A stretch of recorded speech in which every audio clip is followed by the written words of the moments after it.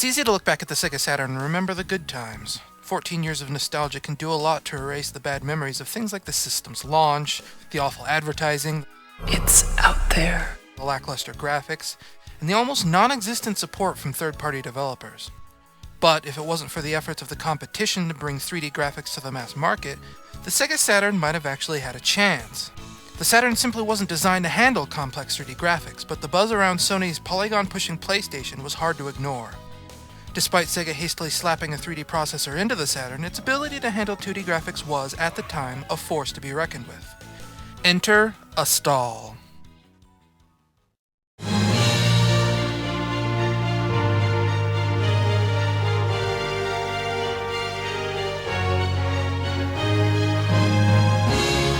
Astal's storyline is an unexpectedly heavy-handed take on the tried-and-true video game cliché of having to rescue a princess. Basically, Astal and Lita are the first beings to inhabit a new planet, and it is Lita's job to give the creatures of the world life. An evil monster called Gerardo wants to kill Lita so that he can reshape the world in his vision, but Astal battles Gerardo to prevent this from happening. In the process, part of the world is ruined, and the goddess that created Astal and Lita banishes Astal so he cannot damage the planet any further. Unfortunately, even an all-powerful goddess can make mistakes, and when Astal frees himself and returns to the planet, he discovers a world ruled by Gerardo. Like any self-respecting video game hero, Astal begins his quest to find Lita and hopefully restore the world.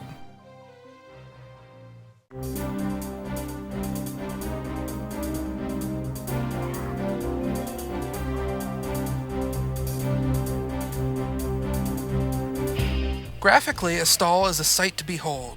The large, high-color sprites for Astal and his enemies definitely flex the Saturn's 2D muscle, and the locations you visit often take on a beautiful, hand-painted appearance. There were not many games then or now that look anything like Astal, with the exception of maybe the original Rayman or Braid. Music is a soothing mix of ambient soft rock and sweeping orchestral pieces, setting an epic, almost otherworldly tone for the game. Though Astal contains a fully animated introduction sequence, the majority of the game's storyline is told via fully voiced static murals shown after each major boss encounter. Though by today's standards these cutscenes may seem primitive, for those fresh off the Super Nintendo and Sega Genesis, this was cutting edge. However, games need to be more than just great graphics and great music.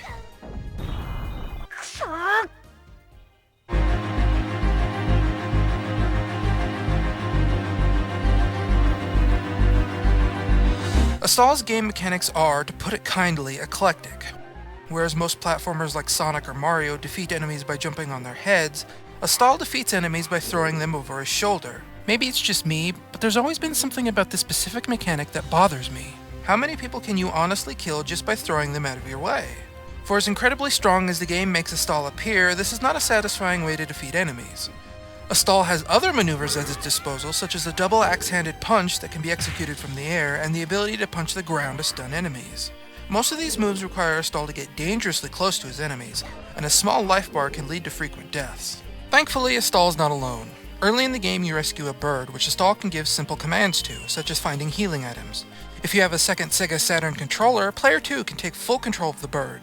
As the bird, Player 2 has a much wider range of abilities, and playing through the game cooperatively with a friend is a fun extra that can really make up for Astal's lack of range.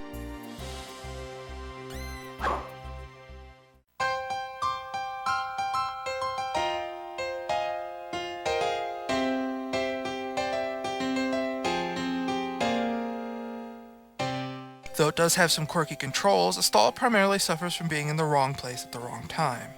As the industry moved towards cutting-edge 3D graphics and Sega's grip on gamers' wallets weakened, many simply passed over Astal. Though I'm not suggesting everybody run out and play it right this moment, the game is what it is, a showcase of the 2D capabilities of the Sega Saturn and a beautiful game.